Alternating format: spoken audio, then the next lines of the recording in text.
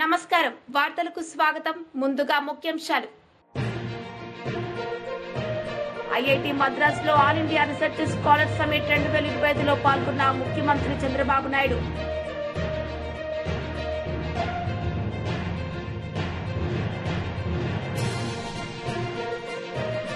మాజీ ఎంపీ కవిత మీడియా సమావేశం పలు అంశాలపై వివరణ ఐఐటి మద్రాస్ లో all India research scholars summit 2025 లో పాల్గొన్న ముఖ్యమంత్రి చంద్రబాబు నాయుడు ఈ సందర్భంగా ఆయన ప్రసంగించారు. Really, I'm telling you, I am an optimist, but practical, not theoretical. When he came, he has seen all these things at the time, beginning of high-tech city, beginning of pharma, beginning of biotechnology, all these things. When he heard about my ideas, all these things, he said, politicians cannot talk like this. He's a mad guy. These are all impractical things he's talking. Then my opposition parties are attacking me. What are you doing? Then I can't do anything. Kept it. Then that man has become Prime Minister in Switzerland. I went to Davos. After 5 years, then he told me, he apologized me by confessing, I never expected India. Today, India is the country is moving very fast. I'm sorry for all my remarks. You can see how many years. Even in one more experience for you, Singapore PM, Goh Chang Tan, he came. And then we were traveling, I used to say all these things, high-tech city, what is my future plan, Cyberabad, and biotechnology, all these things. Then he told me, you are talking all these things, future. Is it practical or can India will reach? India can achieve. Then I said very emphatically, yes, India is going to achieve. Then he told me, let us see.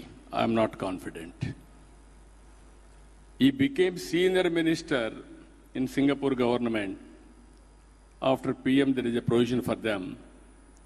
I went to Singapore because I love that country always. Then he told me, you told all these things I didn't believe. Now everything is happening. I am proud of Indians.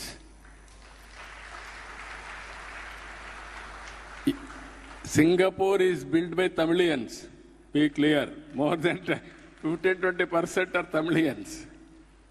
Ministers are, even president of Singapore now, Tamil origin. So, Indians are performing extremely well all over the world till yesterday. Today, I am proud to say India also is performing extremely well. We are having a right time, right leader for the nation, that is Narendra Modi ji. Very stable leader, consistent policies for the 11 years. Now, we are growing at the rate of 6 to 7%, but India is capable of growing double digit. 14 to 19, we are able to grow 13.5%. Today, I am planning to grow at the rate of 15% by using technology in a big way. If we can produce double-digit growth 5 years, then country also will follow. This year, our growth rate is 12.05. I am confident next year we will grow at the rate of 15%. It is possible. So what I wanted to impress upon you, we are having certain plans. Any student wanted to test your startup, your knowledge, or your ideas, come to Andhra Pradesh. I am here to host all of you. And we will give you proof of concept. You can go anywhere. That will be the passport for you. You can take and go anywhere and do your business. That is going to happen. With this, I want to take some questions. I am telling you again and again, future is for India. There is no doubt about it. Anybody is having pessimistic ideas, don't waste your time. Move forward. Everything will happen accordingly. With this, I am thanking all of you. Thank you one and all. Any questions you can ask? 3-4 questions we will answer. మాజీ MP కవిత media సమావేశం నిర్వహించారు. ఈ సందర్భంగా ఆమె మాట్లాడారు. ఉంటాయి వీటన్నిటిలో కూడా చాలా సక్సెస్ఫుల్గా ఈసారి బీఆర్ఎస్ పార్టీ మండలి సభ్యులందరం కూడా చాలా చురుకుగా పాల్గొనడం జరిగింది. ప్రత్యేకించి మండలి ప్రారంభమయ్యే ముందు ప్రతిరోజు ఉదయం కూడా ఒక్కరోజు కూడా వేస్ట్ చేయకుండా మొదటి రోజు పసుపు పంటలు మరి వాటికి మద్దతు ధరకు సంబంధించిన అంశం, రెండవ రోజు మిర్చి రైతులకు సంబంధించి వారు పడుతున్నటువంటి కష్టాల గురించి, మూడవ రోజు రాష్ట్ర వ్యాప్తంగా పంట నష్టం జరిగింది, దాని మీద ప్రభుత్వం ఆదుకోవాలని చెప్పినటువంటి అంశం, అట్లానే ఆడపిల్లలకు స్కూటీలు ఇస్తామని చెప్పి మీరు ఇవ్వనటువంటి అంశం, అట్లానే ఫీజు రీఎంబర్స్మెంట్ మీద ఇంకొక రోజు, తులం బంగారం మహిళలకు ఇస్తామని చెప్పి ఇవ్వనటువంటి అంశాన్ని ఇంకొక రోజు, రైతు రుణమాఫీ మీద ఇంకొక రోజు, రైతు భరోసా మీద ఇంకొక రోజు, ఇట్లా ప్రతిరోజు కూడా ఒక అంశాన్ని తీసుకొని ఒక వినూత్న రీతిలో ప్రదర్శన చేసి ప్రభుత్వం యొక్క దృష్టిని ఆకర్షించి తద్వారా ప్రజల సమస్యల పరిష్కారం కోసం మా వంతు ప్రయత్నం మేము చేయడం జరిగింది. మరి అంతేకాకుండా ఈసారి మండలిలో గవర్నర్ ప్రసంగం నుంచి మొదలు పెడితే ఆ రోజు నుంచి కూడా మండలిలో మేము ప్రొటెస్ట్ చేసినాం ప్రభుత్వం మీద. గౌరవ ముఖ్యమంత్రి గారు మాట్లాడడానికి వచ్చినప్పుడు అంతకుముందు వారు మా నాయకుడు కేసీఆర్ గారి పైన చేసినటువంటి అనుచిత వ్యాఖ్యలకు ప్రొటెస్ట్ చేయడంతో ఈ సభ ప్రారంభిస్తే చివరి రోజు కూడా మరి ఫీ రీఎంబర్స్మెంట్ విషయంలో ప్రభుత్వం నుంచి ఒక నిర్దిష్టమైనటువంటి జవాబు మేము రాబట్టగలిగినాం. ఇది కేవలం బీఆర్ఎస్ పార్టీ మండలి సభ్యులందరూ చేసినటువంటి పోరాటం అని చెప్పి నేను బలంగా నమ్ముతా ఉన్నాను. ఇన్ని రోజులు ఫీ రీఎంబర్స్మెంట్ మీరు 8,000 కోట్లు ఇవ్వాలంటే జవాబు చెప్పినటువంటి ప్రభుత్వం మొన్న మండలిలో గౌరవ ముఖ్యమంత్రి గారు 12 నెలలలో పాత అప్పులను నెలకింత అని తీరుస్తామని చెప్పి కొత్తగా ఇవ్వాల్సిన ఫీ రీఎంబర్స్మెంట్లు ఆన్ ద స్పాట్ ఎప్పటికప్పుడు పేమెంట్ చేస్తామని చెప్పి మండలి సాక్షిగా వారు మాట ఇవ్వడం జరిగింది. మరి మండలిలో జవాబు రాబట్టగలిగినటువంటి మేమందరం వారు ఇచ్చినటువంటి మాట పూర్తి చేసేంత వరకు కూడా వారిని ఎండగడుతూనే ఉంటాం, ప్రజాక్షేత్రంలో వారిని వెంటాడుతూనే ఉంటామని ఈ సందర్భంగా తెలియజేస్తా ఉన్నాం. అట్లానే ఈ సెషన్స్ ప్రత్యేకించి మన రాష్ట్ర చరిత్రలో నిలిచిపోయేటటువంటి సెషన్స్. ఎందుకోసం చెప్తా ఉన్నామంటే బీసీలకు సంబంధించి 42% విద్యా ఉద్యోగ రాజకీయ పరంగా రిజర్వేషన్లు తెచ్చేటటువంటి బిల్లు ప్రవేశపెట్టుకోవడం చరిత్రలో నిలిచిపోతుంది. అట్లానే ఎస్సీ వర్గీకరణకు సంబంధించి ప్రవేశపెట్టినటువంటి బిల్లు కూడా చరిత్రలో నిలిచిపోతుంది. ఈ రెండిట్లో కూడా ఈ 2 బిల్లులు సాకారమై అసెంబ్లీకి రావడం వెనుక కూడా బీఆర్ఎస్ పార్టీ నిరంతర పోరాటం ఉందన్న విషయాన్ని ఈ సందర్భంగా ప్రజలకు గుర్తు చేస్తూ ఉన్నాం. అదేవిధంగా ఈ సెషన్ మరొక అంశానికి కూడా చరిత్రలో నిలిచిపోతుంది. కాకపోతే అది కొంత బ్లాక్ డేగా నిలిచిపోతుంది.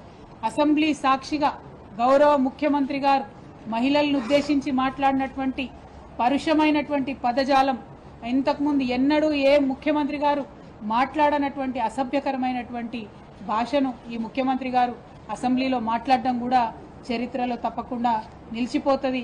మరి అక్కడ స్పీకర్ గారు వాటిని రికార్డ్స్లోంచి తొలగించుంటే నేను చెప్పలేను, కానీ లేకపోతే మాత్రం చరిత్రలో ఒక నల్ల మరకగా ప్రజాస్వామ్యంలో నిలిచిపోతుందన్న విషయం చెప్పక తప్పని పరిస్థితి.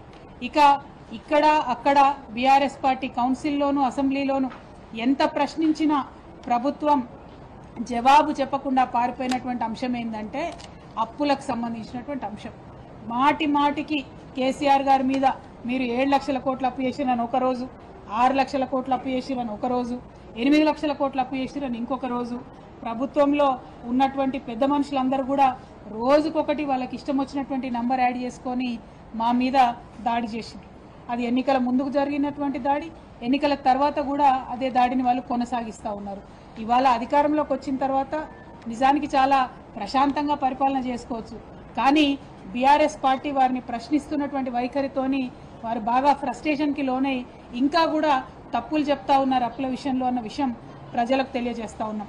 ఇవాళ నేను మీ అందరికి కూడా పార్లమెంటులో 2 రోజుల క్రితం మన పార్లమెంటులో కేంద్ర ప్రభుత్వం ఇచ్చినటువంటి జవాబును చూపిస్తా ఉన్నాను. ఈ జవాబులో చాలా స్పష్టంగా ఇది 24 మార్చి 2025, ఇవాళ 28వ తారీఖు, 4 రోజుల క్రితం కేంద్ర ప్రభుత్వం పార్లమెంట్లో ఇచ్చినటువంటి జవాబులో తెలంగాణ రాష్ట్రంలో ఉన్నటువంటి అప్పులు మొత్తం కూడా 4,42,298 అని చాలా స్పష్టంగా జవాబు ఇవ్వడం జరిగింది. 4,42,298 కోట్ల రూపాయల అప్పు అని చెప్పి చాలా స్పష్టంగా చెప్పింది. అంటే ఈ అప్పు జిఎస్డిపి పర్సెంటేజ్లో చూస్తే కేవలం 26%. అదే మన గౌరవ ముఖ్యమంత్రి గారు YCP leader Sheikh Asif press meet నిర్వహించారు. సందర్భంగా ఆయన మాట్లాడారు. అదే వైఎస్ఆర్ కాంగ్రెస్ పార్టీ హయాంలో ఒక్క సవరణ బిల్లును వ్యతిరేకించడమే కాదు, ఈ బిల్లుపై ఏర్పాటైన జాయింట్ పార్లమెంట్ కమిటీ క్షేత్రస్థాయి పర్యటనకు వచ్చినప్పుడు హైదరాబాద్లో మా పార్టీ వాదాన్ని గట్టిగా వినిపించడం జరిగింది. ఈ విషయంలో టీడీపీ ఆడుతున్న డబుల్ గేమ్ని ముస్లింస్ అందరూ గమనిస్తున్నారు. అలాగే వక్ఫ్ భూములను సంబంధించిన కలెక్టర్కి అథారిటీ ఇవ్వాలని, కానీ నిజానికి వక్ఫ్ భూములకు సంబంధించి ఇప్పటికే వక్ఫ్ ట్రిబ్యునల్ ఉంది. ఆ ట్రిబ్యునల్ను బలహీనపరచలాగా కేంద్రం ప్రతిపాదిస్తుంది. వక్ఫ్ బోర్డు సవరణ బిల్లు ఉంది.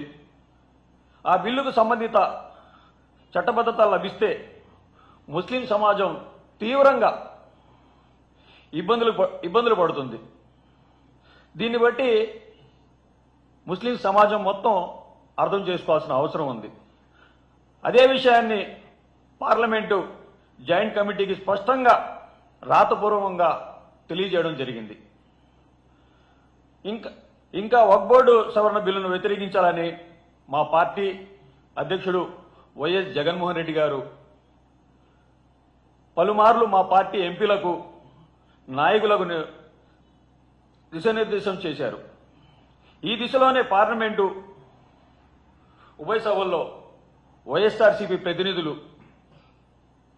వక్ఫ్ బోర్డు సవరణ బిల్లును వ్యతిరేకిస్తూ తమ వాదాన్ని గట్టిగా వినిపించారు. అలాగే చంద్రబాబు నాయుడు 2 నాలుకల ధోరణి,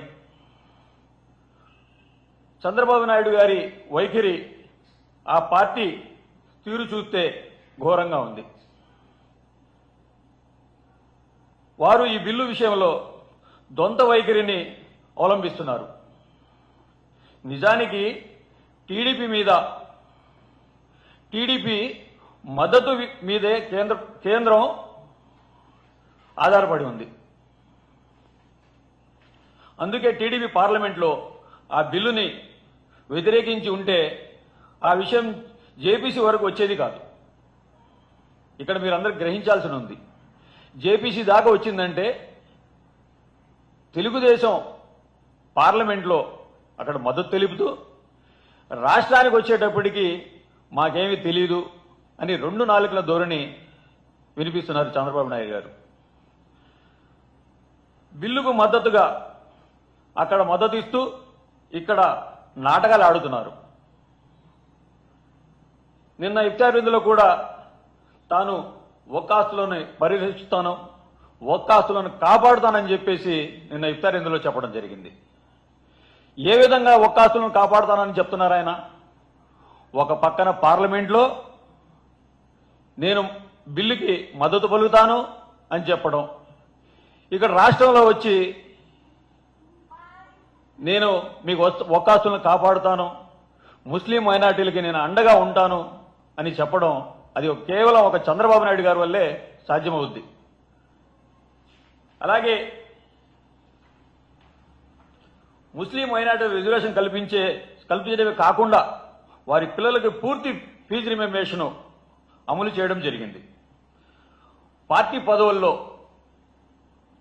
కాకుండా రాజకీయ సాధకారితతో కూడా ముస్లింలకు తగిన ప్రాధాన్యత వైఎస్ఆర్ కాంగ్రెస్ పార్టీ ఇవ్వడం జరిగింది.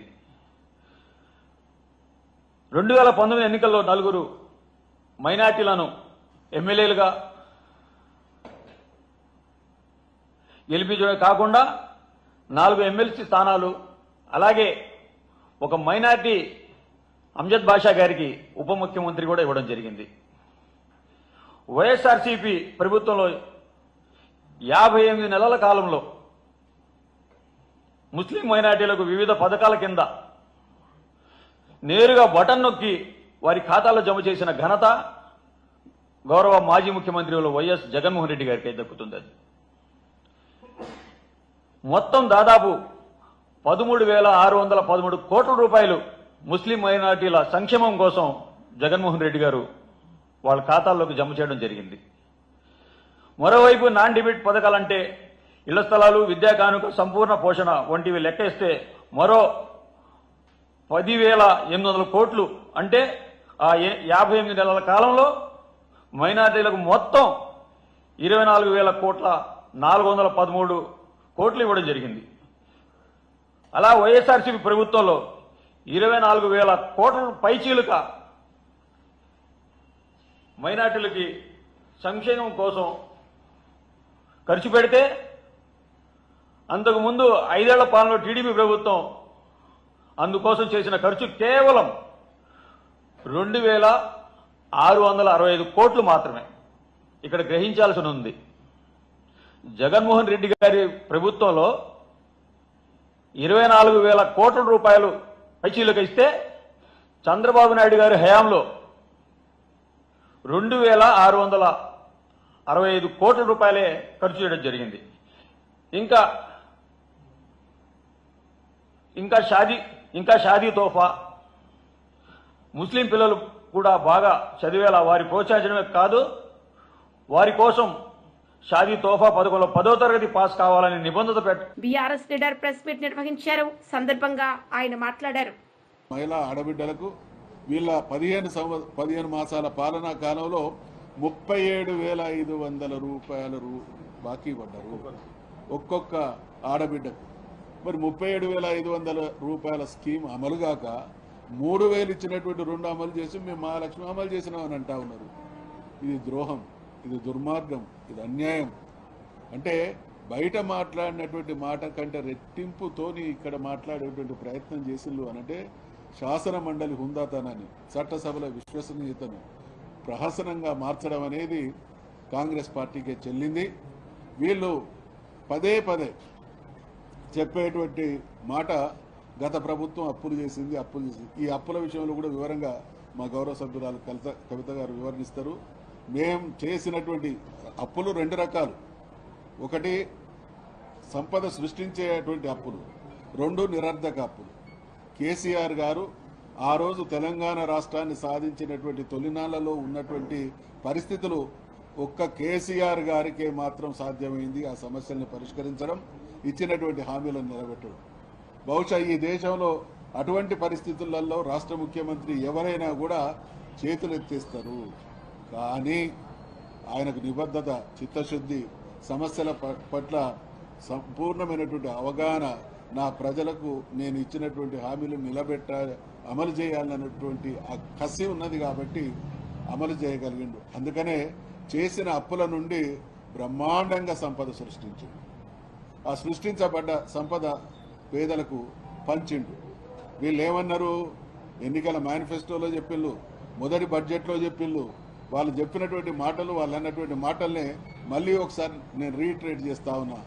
వాళ్ళన్న మాట ఏంటంటే, గత ప్రభుత్వం చేసినటువంటి తప్పులు తెలుసు, అప్పులు తెలుసు, మాకు సుదీర్ఘమైనటువంటి పాలన అనుభవం ఉన్నది, ఈ దేశాన్ని పాలించినటువంటి అనుభవం ఉన్నటువంటి పార్టీగా మళ్ళీ మేము చెప్తున్నాం, ఇచ్చినటువంటి ప్రతి హామీని అమలు చేసి చూపిస్తామనేటువంటి మాట మాట్లాడి ఇవాళ సంపద సృష్టించేటువంటి కనీస సోయి లేక ఎదుటి వాళ్ళ మీద దుమ్మెత్తి పోసి చేయని అప్పులను కూడా చేసినట్టుగా చిత్రీకరించి ప్రభుత్వాలు నడిపేటువంటి క్రమంలో కొన్ని వర్గాలకు కొన్ని బకాయిలు పెండింగ్ బిల్స్ ఉంటాయి.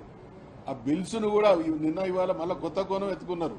7 లక్షలు కాదు 8 లక్షలు పాత అప్పుల బిల్లుల పేమెంట్ కూడా అప్పులుగా చూపించేటువంటి నిర్వాకానికి ఒడిగడుతున్నారు అని అంటే, ఇచ్చినటువంటి హామీలను నిలబెట్టేటువంటి నైతికత లేక, ఇచ్చినటువంటి హామీలను నిలబెట్టేటువంటి ఆ సంపద సృష్టించేటువంటి మార్గాలను వెతికి పుచ్చుకోక అన్ని రకాల వైఫల్యాలను ఎదురుదాడి ద్వారా ఎదుటి వాళ్ళ మీద వేసేటువంటి ప్రయత్నాలు చేస్తూ ఉన్నారు. అందుకనే మనం అందరం కూడా చూసినాం. అంటే మాకు అర్థమైంది ఏంటంటే వాళ్ళు హామీలు ఇచ్చిన వాటికి అనుగుణమైనటువంటి కేటాయింపులు లేవు, కేటాయించిన ఖర్చులు లేవు. ఇది కొన్ని విభాగాలకు కొన్ని రంగాలకు సంబంధించినటువంటి విషయం. ఇక రైతు రుణమాఫీ విషయానికి వస్తే మిగిలింది.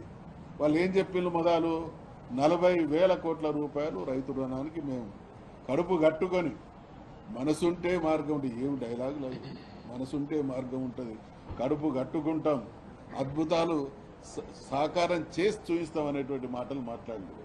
మరి అదే ప్రభుత్వం చెప్పిన మాట 40,000 కోట్లని చివరికి కేటాయించింది 30,000 కోట్లు, ఖర్చు చేసింది వాళ్ళు 20 కోట్లు అంటున్నారు. ప్రజాక్షేత్రంలో 14-15,000 కోట్ల అనేటువంటి మాట తేలుతా ఉంది.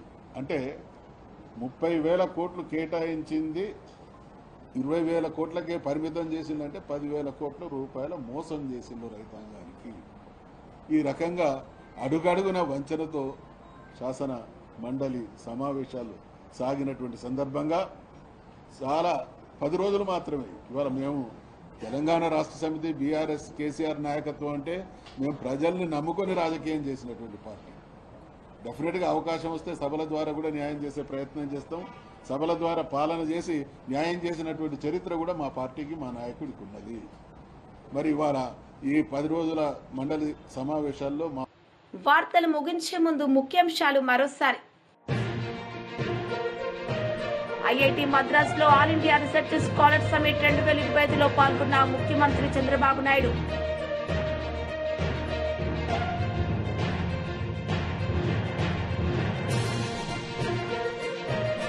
మాజీ ఎంపీ కవిత మీడియా సమావేశం, పలు అంశాలపై వివరణ. ఈ వార్తలు ఇంతటితో సమాప్తం. తిరిగి ప్రసారమయ్యే వార్తల్లో మళ్ళీ కలుద్దాం. అంతవరకు సెలవు. నమస్తే.